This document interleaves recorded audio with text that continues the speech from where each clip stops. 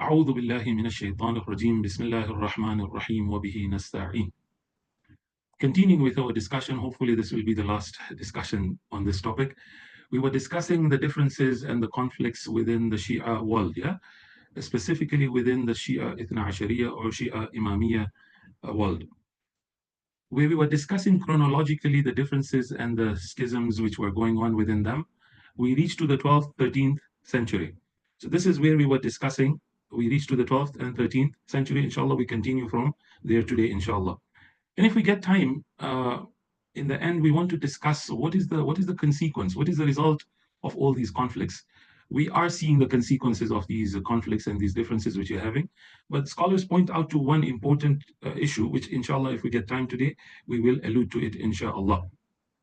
So continuing with our discussion, coming to 13th, 14th century now, look at the disputes now, how it goes further. We were discussing in the previous lecture, where we discussed that a person who proposes that a syllabus change should be done in the seminary was considered an infidel and a heretic. Yeah.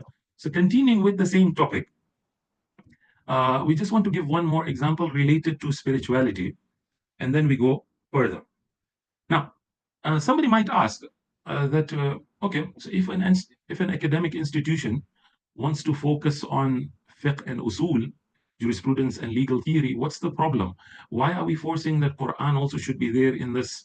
Why is it there spirituality and akhlaq also should be discussed, theology and philosophy and all these other sciences? Why are we imposing, or why are we enforcing that these other sciences should be there? Now, we do accept, yes, if the Hausa decides that, if the seminaries decides that they want to say fiqh and usul, that's fine. But the problem is there's a vacuum which stays in. When this vacuum is coming in, now what's happening is that this vacuum now is being filled either by people who are deserving. Okay, so there are scholars, inshallah, for example, the likes of Allama Tabatabai and Shaykh Mutahari, the examples we will give. When they fill the vacuum, okay, they want to teach Quran, they want to teach philosophy, they are now being opposed to the level of being considered a heretic and infidel and all whatnot. Yeah, this is the problem. Now, the seminaries can continue with fiqh and usul, but now when somebody takes over, who is also deserving to take it over, still he's considered an infidel or a heretic, or at least the minimum is opposed. And the second part, which is more dangerous, is when undeserving people fill this vacuum. Now, I don't want to go into this part. It's something I discussed in the month of Ramadan lectures, which we discussed spirituality. It's something which we discussed there. Okay. So the reason we are enforcing this is because we are saying either deserving people then should be allowed to take over, and they should not be opposed the way they get opposed, or otherwise, no, the house, the seminary itself should fill that vacuum. Okay. So one of those things is the issue of spirituality. Now, for those living in, who have experienced the seminary life, will attest to this, that there's a lack of spirituality, of a syllabus related to spirituality within the seminaries. Okay, there's no curriculum. You might be taught in one term of your 5 years, 10 years stay, one term teaches you akhlaq, and that's all. And that's why some people then turn to outside scholars, and when outside scholars, then you end up getting some people who are not deserving. And then we discuss the dangers in the month of Ramadan. Yeah, we don't want to repeat that. So look at the example of spirituality now. This is an example Ayatollah Shubairi Zanjani gives, one of the living Maraja in Qom. In his famous book Jur'iyas Darya, he gives this example. Now, the example is very hard even to fathom, but these are realities. Again, as I say, we have to accept and live with them and learn from these mistakes which have happened. So Ayatollah Shubairi says that the son of Ayatollah Jamal Gulpegani. Now, this is not the famous Ayatollah Gulpegani which our communities used to do taqleed of. Yeah, this is Ayatollah Jamal Gulpegani, who used to live in Iraq, who was more inclined towards mystical, also, who was a mystic also. Okay, so his son now narrates this incident. He says that there were some scholars in Najaf who wanted to introduce some other sciences in the seminary in Najaf. But Ayatollah Sayyid Abul Hassan Isfahani, who was the head marja at that time, he was opposed about this idea. He didn't want these other sciences to be introduced in the Hausa. Okay, so now I will read verbatim, because these wordings are very hard to fathom, but this is the reality which has happened. So notice it says that Ayatollah Abul Hassan Isfahani was opposed to this idea. Now, there was no cordial relationship between Ayatollah Sayyid Abul Hassan Isfahani and Sayyid Jamal Gulpegani. Notice, two mujtahids, but no cordial relationship within them. Rather, it goes on, their houses were close to each other, but that they did not even visit each other. Okay, this is the state where it reaches at times now, that scholars live in the same city, they live together, but the relationship is not cordial. They don't even visit each other. Now, just to go on tangent again here, Imam Musa Sadr, rahmatullah alayh, he used to propose that we should have something similar to what the Catholics have in terms of Pope. Yeah, Pope who just passed away, Pope Francis, one of the very beautiful people who encouraged peaceful understanding within the religion. Yeah. So he was proposing, Imam Musa Sadr, that you should have something similar to that, or what the Aga Khanis and the Bohoras also have, that official figure who is a representative of the whole sect. Now, he mentions this example. He says that once, because he used to live in Lebanon, once one of the Maraji, if I'm not mistaken, Sayyid Abul Hassan, he came and visited Lebanon, and there was no protocol and there was no recognition and honor given to him. So Imam Musa Sadr turns back to the prime minister of Lebanon and writes him a letter and tells him that, how come you didn't give the recognition and honor you to Sayyid Abul Hassan the way you gave to the Pope? So the answer which the prime minister gives now apparently is the reason Imam Musa Sadr makes this suggestion. Okay, he says that the reason we give Pope official recognition is because he is the official head of all the Catholics. Okay, and thus he has an official position. Rather, is officially even recognized as a state. Okay. Now, we didn't do it with your marja is not because we disrespect the marja or we don't respect him, but because it doesn't have an official position. Rather, you have multiple maraja. Okay, so this is where Imam Musa Sadr then comes and proposes that ulama and maraja and mujtahideen, despite the differences, academic differences should remain, but they should, for administrative purposes, for socio-political purposes, they should appoint a leader, a representative, who should represent them at a global and international level. This is what we need. But unfortunately, what we are seeing is these feuds and these conflicts going on. Okay, so these two mujtahids living together, they don't visit each other. The relationship was not cordial. Now, the reason for that was, notice it says that Ayatollah Abul Hassan Isfahani's disagreement with those who were practitioners of spiritual ways, mysticism. Because he was against mysticism, thus they didn't have a cordial relationship. Now, again, before I continue, again, I'm sorry I go into tangents, but these are important examples to give. So this is Sidra magazine. This is published by the ICARE of World Federation. There's an interview the author of the magazine he does with Sayyid Munir al-Khabbaz. Sayyid Munir al-Khabbaz is the student of Ayatollah Sistani. He's still living till date. So they do an interview, they conduct an interview with him. On page 18, one of the questions he's being asked is that what's the role of piety in intellectual and academic upbringing of scholars? Yeah. So the question is being asked is, what's the role of taqwa in this whole process of intellectualism? Now look at the answer which he gives. Yeah. So Sayyid Munir al-Khabbaz replies, he says, this is what we have observed of our ulama and marajib, amongst them our own teacher, Ayatollah Ali Sistani. Okay?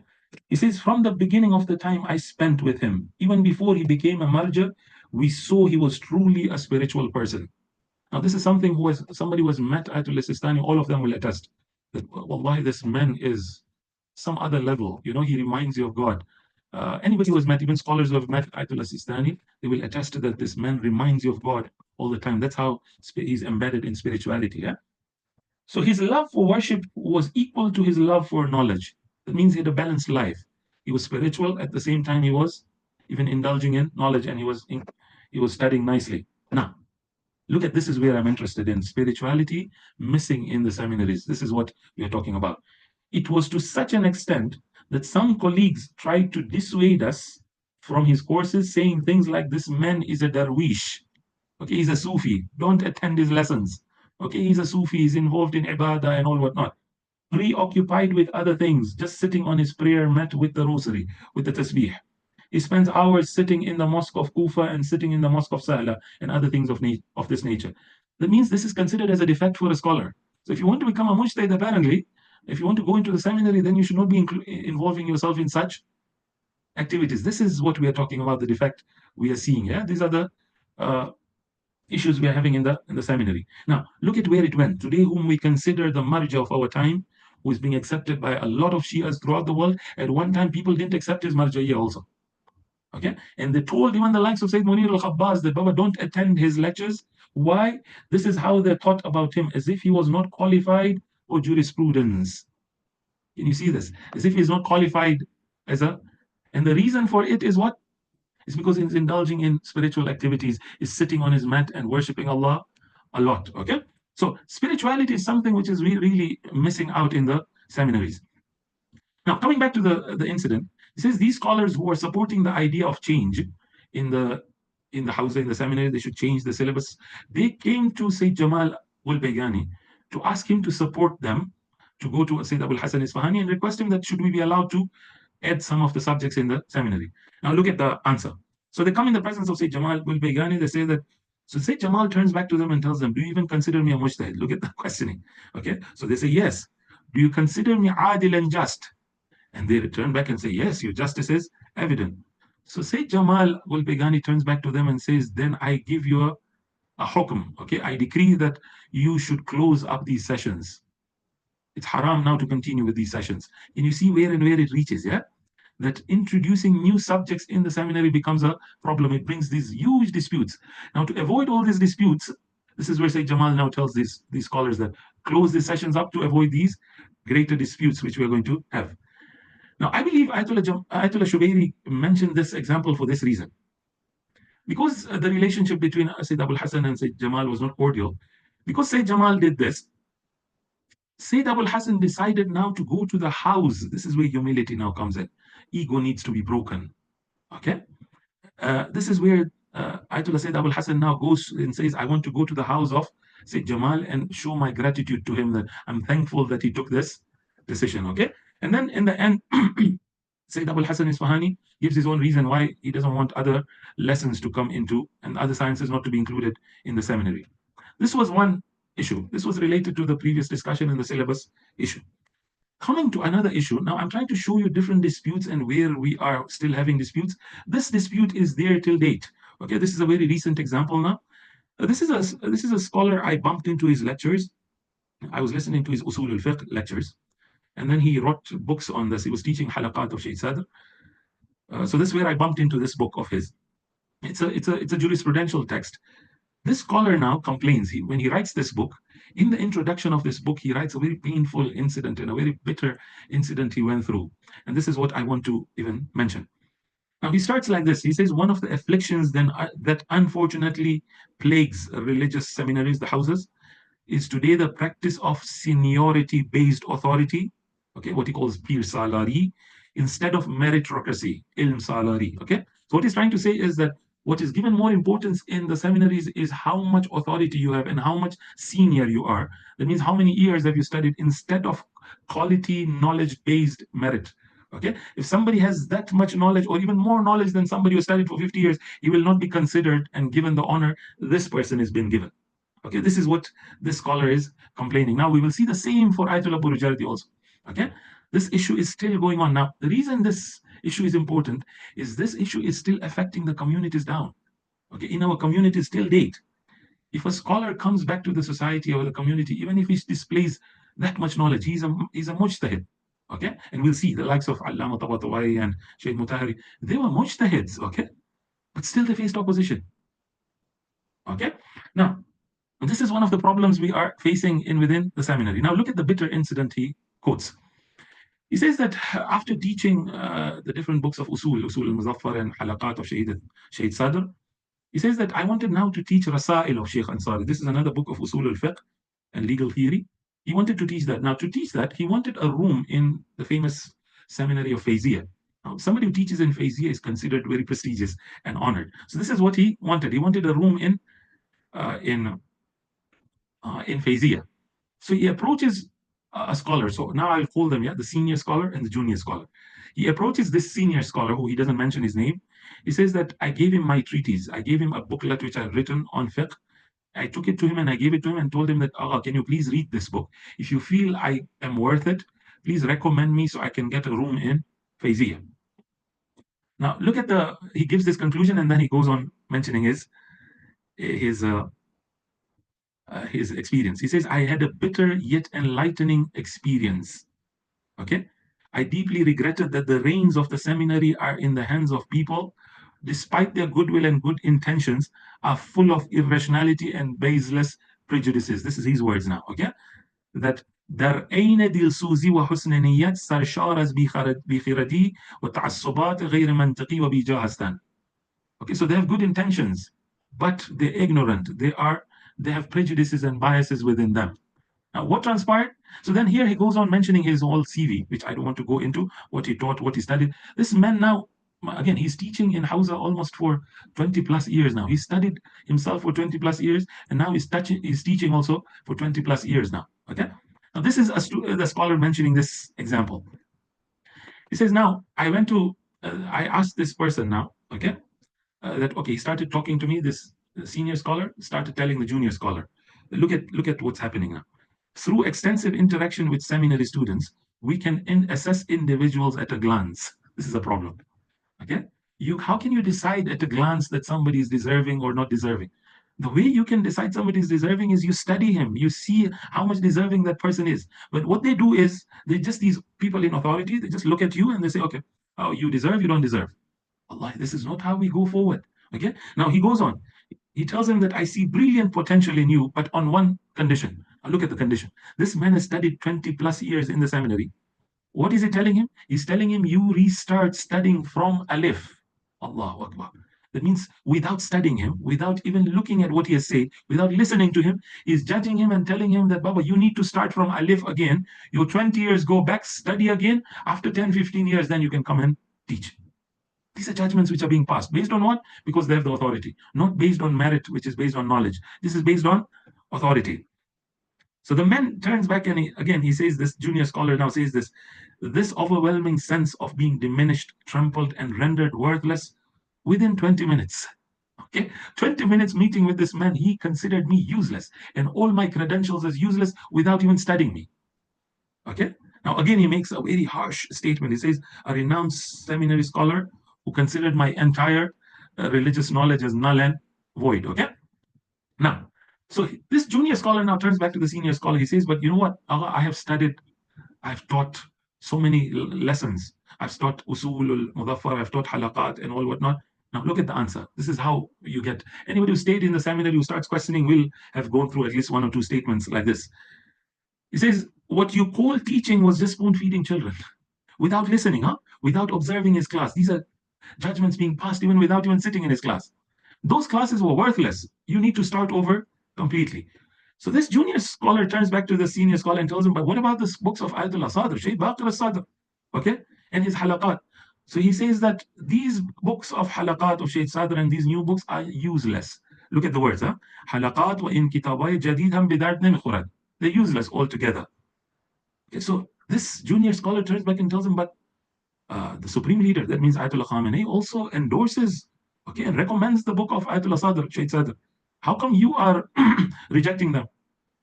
The answer, he says, in such matters, we must adhere to the traditions of the classical scholars. No new innovations to be brought into the seminaries. Stick to what the Salafus Salih, the way some of the Salafis put it here, stick to what the traditional classical scholars have laid down. That's all. Don't bring anything new, okay?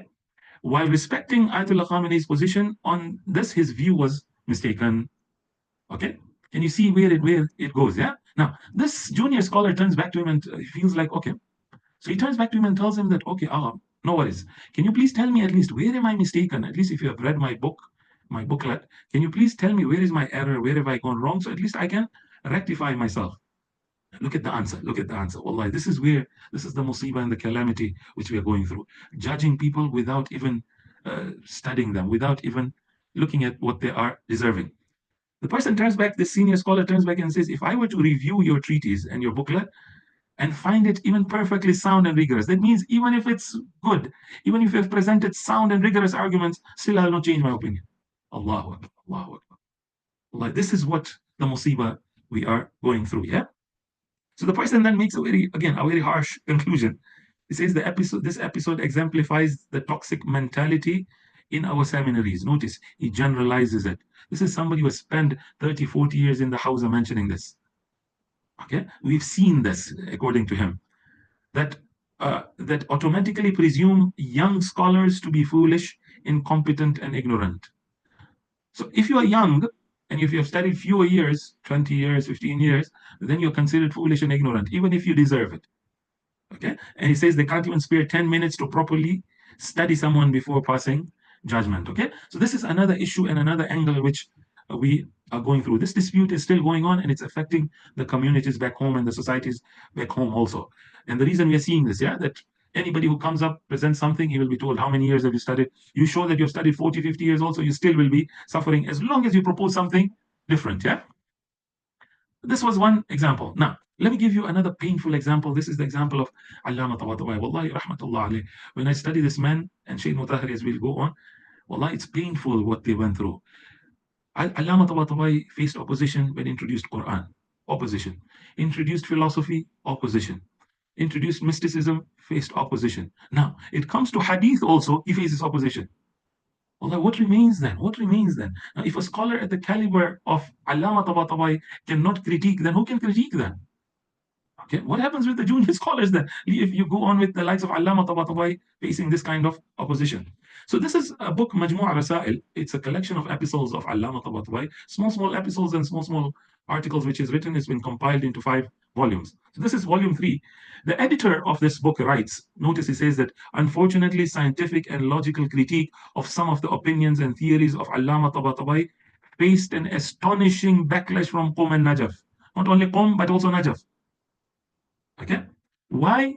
Allama Tabatabai started writing footnotes on Bihar al-Anwar. Bihar al-Anwar of Allama Majlisi, as you are aware, it's 110 volumes. Allama Majlisi felt that it was necessary for some places he should write his observations on some of the comments of Allama Majlisi. So you will notice that this work of his remained incomplete. He just managed to do 6 volumes, and 7th volume remained incomplete. Now, 2 major areas where he critiqued Allama Majlisi so hard, and the Hausa couldn't tolerate it, the seminary couldn't take it. One was the issue of Tahrif al-Quran. Okay, as you know, you are aware that the Akhbaris believe that the Quran is incomplete and fabricated, if you want to put it that way. So he really complains and is like, Allama Majlisi, that's not his field. Let him stay in his own expertise. This is not, Quran is not his field. Okay, and he criticizes Allama a lot. This is one area. And the other place he criticizes Allama Majlisi is the issue of the intellect, the aql. Yeah, this is where philosophers come in. So again, he tells Allama Majlisi that aql is not an area where you come in. Okay, stay in the world of hadith and no worries, you stay there. These 2 major criticisms weren't tolerated by the seminary. Okay, and this is where this harsh attack now comes towards, this opposition comes towards Allama Tabatabai, that he had to abandon this whole project. And this footnotes on Bihar then remained incomplete. Okay, now look at where it reaches, these conflicts. Wallahi, this is where we have a problem. Okay, look at these intellectual conflicts have escalated to the extent that one side labeled the other as uneducated, ignorant, and even irreligious. Now, if Allama Tabatabai is uneducated, he's ignorant, and he's irreligious, then who is? Who is then? You see, this is where it had reached these disputes. This is in regards to Allama Tabatabai. There's other issues with Allama, even his people opposing philosophy and all whatnot. We have not brought it here. Okay. Coming to, again, 14th century, where Imam Khomeini now comes in. Now, Imam Khomeini, being a marja, still faces opposition. Why? Because now he inclines himself towards philosophy and mysticism. For those of you who are aware, there's a book called, a small booklet, Light Within Me. There's a portion of it where there's a tafsir and exegesis of Surah Al-Hamd. This is Imam Khomeini's tafsir of Surah Al-Hamd. It's famous. It's known that these were public lectures Imam used to give, and they were stopped. The pressure was so much that he had to stop. The reason being is that the tafsir which Imam opted was a mystical tafsir, and the scholars could not take it, and they had to make him stop. Okay, so this inclination of mysticism and philosophy costed Imam Khomeini also. Look at what he now writes about mystical scholars. This is in his 40 hadith. Notice he says that we completely close our eyes and our ears, stuffing cotton of neglect into our ears, lest we hear a word of truth. Okay, so we close ourselves purposely. He's talking about scholars. Huh? He's not talking about normal people. He's talking about scholars who close up themselves, who don't want to listen to the word of truth, according to Imam Khomeini. Why? If we hear any of the truths from the mouth of a passionate arif and a mystic, immediately we make him target of all kinds of curses and insults. Okay, this is something we have been seeing all this time. A new thing which comes in is calling him an apostate now. An apostate, according to the common fiqh, he's supposed to be killed. Okay, so they consider such scholars as apostates, and they don't refrain from any kind of slander and backbiting in regard to him. Okay, now another angle of where it went to, these disputes took us to this level, that books got written and then a person does it waqf, thinking that if he does it waqf in the name of God, he's getting closer to God. By doing what? By putting a condition that when you read this book, curse Mullah Faiz Kashani 100 times. Where and where have we reached? Okay, we're thinking that by cursing people, we're reaching closer to God. I don't know. I don't know. I don't know this Islam which we are thinking of is which Islam. I don't know. So he talks about Mullah Sadra also, who was again another scholar who was considered as a heretic and a zindiq. Yeah. Now, come to another example. The example of Ayatollah Mutahari, again, Rahmatullah alayh. This man also faced opposition from all angles, all angles. There was no group which left him. So our teacher would tell us that this man was mazloom during his lifetime. This whole respect which we give to Ayatollah Mutahari today is after his death mostly. Okay, this is after Imam Khomeini, what do you say, when he discovered Sheikh Mutahari, that is when this respect started flowing for him. But before that, Sheikh Mutahari didn't have any respect. Now look at three groups oppose Ayatollah Mutahari. Ayatollah Surush Mahallati, who was one of the students apparently of Ayatollah Mutahari, he says this, that he says that three groups opposed Ayatollah Mutahari. Now, opposition went to what level you will see. He says the first group was the group of the wilayatis, who he calls the wilayatis. Okay, the wilayatis meaning those who are in the Sunni Shia issues. We'll explain. The second group is of the traditionalist scholars, the conservative scholars who didn't agree with the reformist mindset of Sheikh Mutahari, which also we will partially talk about. The third group, which is not related to our discussion, is the group of the revolutionaries also. Now, Sheikh Mutahari was part of revolution, but still he was considered anti-revolution. Okay, strange, very strange. Now, look at what the wilayatis accused Sheikh Mutahari of. Now, you're aware, Sheikh Mutahari has written books on wilaya. Okay, I don't remember the English name of it, but there's a book in Farsi, Wila or Wilayat, something, which is about wilaya altogether. He has a book, he has a small treatise and an article where he defends Al-Ghadir of Allama Amini also. Okay, now to this level, Allama Sheikh Mutahari has gone to this level to defend wilaya takwiniya also, which is a contested issue still. He defends it. That is how much he knew for the imams. This person is facing opposition now, and he's being accused that your wilaya is weak. You are not a proper Shia altogether. Why? He says that the reason was because this group expected Ayatollah Mutahari to engage in cursing and insulting and doing open tabarra of the respected personalities of our Sunni brothers. And Ayatollah Mutahari refused this altogether. Very clearly, he refused this. This is related to our topic also, yeah? The Sunni Shia collaboration. If we don't stop this, forget that we will, from the Sunnis and from the Shias. Sunnis have to stop this labeling of Shias like this and that. Shias have to stop this cursing and, insulting these personalities. Our Mujtahids give this fatwa, but we have this. We're seeing this in Indo-Pak a lot, these issues, yeah? So Sheikh Mutahari refused that. Now he was labeled and accused. This was one group. The second group was the conservative and the traditionalist group who considered Sheikh Mutahari a modernist cleric. Okay, they were opposed with his reformative ideas. This is something we are going through in fiqh till date also. Yeah, there's some fatwas. Some scholars now are calling for a review on them, saying these fatwas need to be reviewed and rechecked and reevaluated. Inshallah, if Allah gives tawfiq, sometimes we can mention these. I've gathered some 30, 40 such fatwas which need a reassessment over them. So these individuals argued that they opposed Mutahari's reformist approach, arguing that his views were incompatible with traditional reasoning. Okay, you don't come up with new ideas. Now look at the example, Wallahi, Ayatollah Surush Mahallati gives. This shows you what was the kind of understanding at the time of Sheikh Mutahari's time. They said that Sheikh Mutahari just proposed that the women could participate in social activities if they have a proper dress code. They could participate in the social activities. That means that women were not even allowed to participate in social activities. This is what the fatwa was going on in that time. But the traditionalist faction insisted that such a model was not Islamic, but rather influenced by the West. Allah, Allahu Akbar. Sheikh Mutahari and influenced by the West. I don't know. Even the book Hijab, which he wrote about hijab, faced a lot of criticism. His own student wrote slanders over him. He wrote this footnotes on this book and slandered Ayatollah Mutahari in these footnotes. So this is where Ayatollah Surush Mahallati says that Sheikh Mutahari would say that among the things I will never overlook and forgive are these slanders of the slanderers. A scholar has to reach to this level that he says that I'll not forgive these people. Okay, this is where the dispute had reached. Really, after all this, we still don't want to wake up and say it's enough. I don't know.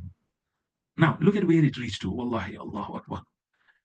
Sheikh Ayatollah Surush Mahallati quotes from Sheikh Falsafi. Sheikh Falsafi was a very famous, renowned speaker at that time where Sheikh Mutahari used to live. So he was invited. Sheikh Mutahari's father passes away. So Sheikh Falsafi now is invited to come and speak at the father's funeral.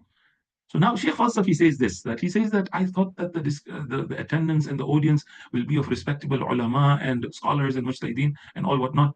But to his surprise, he finds out that none happened. That means scholars didn't even attend the funeral of the father. So Ayatollah Mahallati says that he had become marginalized among certain clerical circles to the point that even scholars refused to attend his father's funeral. What did the father do, Bichara? What did the father do? If you had the problem, you had the problem with the son, not the father. But this is where it had reached now, refusing even to attend a funeral. That's how much he was marginalized. Okay? And the final issue which I would like to discuss is the issue of marja'iyya. This is something, again, we are seeing. For me personally, marja'iyya is a beautiful institution. Okay? As the way Imam Musa Sadr said that it's an institution, if united, which can take us to another level of advancement and progress altogether. But personally, I also believe marja'iyya is a beautiful institution to connect us to God. Okay? Because these are scholars who have put up their life, they've studied for years. But unfortunately, the same institution which was supposed to take us to God now is taking us further away from God. We're fighting, we're disputing, we're every day labeling each other with these different names in the name of marja'iyya. So look at the example I would like to give. Ayatollah Burjardi. Now, as I mentioned before, Ayatollah Burjardi also faced a similar issue. Scholars had two issues with Ayatollah Burjardi. Number one, Ayatollah Burjardi studied in Najaf only for 9 to 12 years, maximum 12 years. Now, you see the strange criteria that you have to study for 40, 50, 70 years was broken by Ayatollah Burjadi. He studied only for 12 years under Akhund Khurasani. So scholars were really, they didn't like this, that who studies for 12 years, Dars Kharij, and leaves the Hawza. The second issue is that he went to Najaf. After that, he went to Burujard. He didn't come to Qum and join the Qum seminary. He went to Burujard for 30 plus years. Okay, so he was outside this whole seminary for 30 plus years. The way they claim that he was disconnected altogether. Keeping this in context in mind now, Ayatollah Sheikh Abdul Karim Ha'iri, who is the head of Hawza at that time, he passes away. Now, some scholars of the likes of Imam Khomeini think of bringing a scholar who can take over the Qom Hawza and seminary. So they bring in Ayatollah Burujadi from Burujadi. Somebody who's just studied for 12 years. Okay, some of the junior scholars, they might have studied even more than Ayatollah Burjardi. This is what we say. You look at the output Ayatollah Burjardi gives and look at the output some others give. They might study for 50 plus years. Look at the output. One output Ayatollah Burjardi has given, unfortunately, his book has not been accepted within the Shia scholarship, is Jami' al-Ahadith. It's a beautiful book of hadith, which really is worth working upon even further. That's for some other time. So keeping this context in mind now, Ayatollah Burjardi is brought to, as a marja, he's brought to Qom. Now, in Qom, if you are a marja, you have to distribute stipend to the students. Yeah, Shahriya has to be given monthly. So now he complains. Why? Because people didn't used to consider him a marja, thus didn't used to give him khums. So he turns back to those who brought him to Qom. He says, you insisted so much that I come to Qom. Now I feel ashamed before the students, as I've not been able to do anything for them. So financially, he couldn't help them. Okay, now it goes further. It doesn't stop here. That's what I'm trying to say. The marja'iyya, which was supposed to connect us, we are getting disconnected from God because of these strange slanders and insults and curses which we are using against each other. Okay. Now, this now is the time of the marja'iyya of Sayyid Abul Hasan Isfahani. So he is not accepted as a marja. Okay. Now the opposition goes on to this level. Look at the opposition. Some people, these were scholars saying such things. These were not normal people saying these things. What were we lacking that you had to bring Ayatollah Burjardi to Qom? These were the issues and the differences they had, yeah? Some would even go on to say this much, that there are 3 marjas in Qom. Why the need to bring a 4th one? Okay, so this was at the time when Sayyid Abul Hasan was still alive.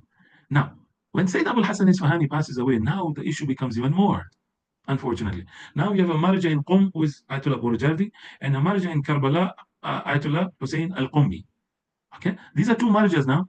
And there were supporters of Ayatollah Hussein al-Qummi in Qom, and there were scholars and there were famous speakers. So look at what they end up speaking against Ayatollah Burjardi. Okay. Notice it says a famous preacher in Qum at the Fayziya Hausa. Okay, this is a place where students are there. This is where this preacher now speaks. He says, "Were there no worthy men in Qum that you had to bring a red-bearded, English-influenced Sayyid from Burjad?" Allahu Akbar, Allahu Akbar. Influenced by the English. Ya Allah, where do you get this from? No evidence for that. But we just want to label people, yeah? And red bearded, Ayatollah Burjadi used to dye his hair, his beard. Okay, now what's the problem? In the house of, they don't dye their hairs, they leave it without dyeing their hairs. So that also became an issue of criticism now. Okay, look at further. We don't want a marja appointed for us by London radio. Okay, we have respectable men that you had to bring a Sayyid from Burjad and make him a marja. Okay, these were statements being done from the public, from the pulpit. Okay, do you see this where it reaches? Okay, now look at the akhlaq of Ayatollah Burjardi on the opposite side. Beautiful, beautiful. So when Ayatollah Burjardi now becomes the marja, now his marja'i is established. Now those people who are criticizing him, what do? So one of these famous speakers comes to Ayatollah Gulpegani and tells him, "Can you please get me some time with Ayatollah Burjardi? I want to apologize of what I've done." Look at the akhlaq, look at the akhlaq, wallahi. Ayatollah Burjardi, when he gets this message, he says that no worries, because he's a famous speaker and a respectable figure, I will go myself meet him. The humility. This is what we're discussing, the ego and the breaking of the ego, yeah? So he says that Ayatollah Burjardi stood up from his home and went to meet the speaker, and then that speaker became his supporter. He says for 15 years I was with him, but he never uttered a word telling me what I'd done was wrong. Never. Okay? Okay, I'll stop here. We'll discuss the consequences in the next discussion, inshallah. In conclusion, there's so many issues to discuss. There's so many examples which can be given from the Sunnis, from the Shias, from the Zaydis, from all the other sects also. We have sufficed with this few. My question again is to myself and to all listening. Is it not time now? Okay, is not time come that we stop these fighting, these disputes? We come and say that we agree to agree, beautiful. And if we can't agree to agree, then we agree to disagree and allow lakum dinukum waliyadin. Okay, Allah will then allow Allah to make the judgment on the day of judgment. Okay, let's pray to Allah to give us that heart to be able to accommodate these differences in it, and Allah give us the tawfiq to get closer to Him. Assalamu alaikum wa rahmatullah.